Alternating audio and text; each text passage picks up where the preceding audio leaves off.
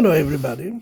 Okay, what have we got here? After we did the calibration for the SG90, you can watch the previous video. Okay, so what I'm trying to do now is to show how to control the SG90 servo with an MPU. Okay, so now we can see that when we acceleration,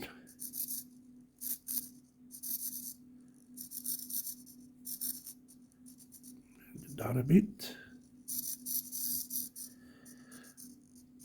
So you can see when I accelerate, move forward, and this type of inclination, I haven't set it up much on that, but the elevation on this side give you the 90-degree, and then obviously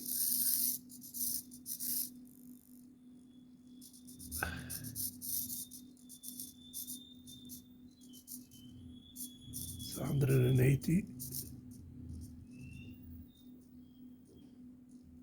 Yeah,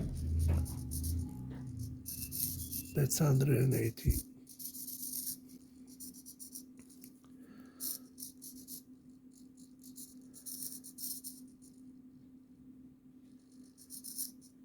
Okay, reset. Okay, this is just to show how, and here what we have, it's the code. Okay, so it's but you can change all your setting. I mean, it's not I've used just be careful with the ESP32 because they're all different type of, and some of them have a different pin number. In this case, the SDA and SEL, I use these two pin up here, pin 20 and 21. Okay, for both, because they both use the SDA and SEL. But I've put that on the codes, and the explanation will be on the site. Okay, so as I said, this can be managed. Okay, let's see if it does 100. Yeah.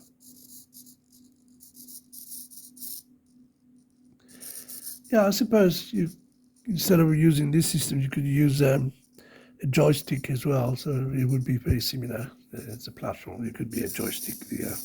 And you could do it two separate microcontrollers so that you can control it via Wi-Fi. That's another way we can do later.